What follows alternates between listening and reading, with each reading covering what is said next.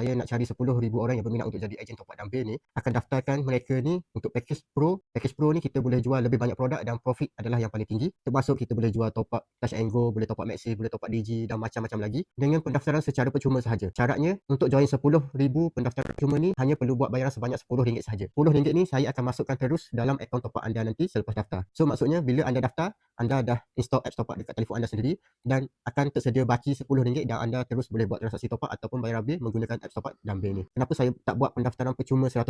Sebab ramai yang saya dah bagi pendaftaran percuma tapi dia tak aktif. So untuk cara baru ni, untuk siapa yang daftar apps top up nanti, dia perlu bayar RM10 dan nanti dia akan dapat apps top up seperti yang dekat dalam telefon ni dan dah tersedia baki sebanyak RM10. So selepas daftar nanti terus boleh buat transaksi top up dan pembayaran bil sebanyak RM10. So kalau RM10 tu dah habis, anda boleh tambah bila-bila masa sahaja bila anda nak guna. So katakan bulan depan anda baru nak beli top up ataupun bayar bil, so bulan depan sahaja anda perlu tambah stok untuk buat transaksi tersebut. Apa kelebihan bila anda guna sistem top up dan bil ni adalah anda akan dapat harga diskaun setiap kali anda top up dan bayar bil.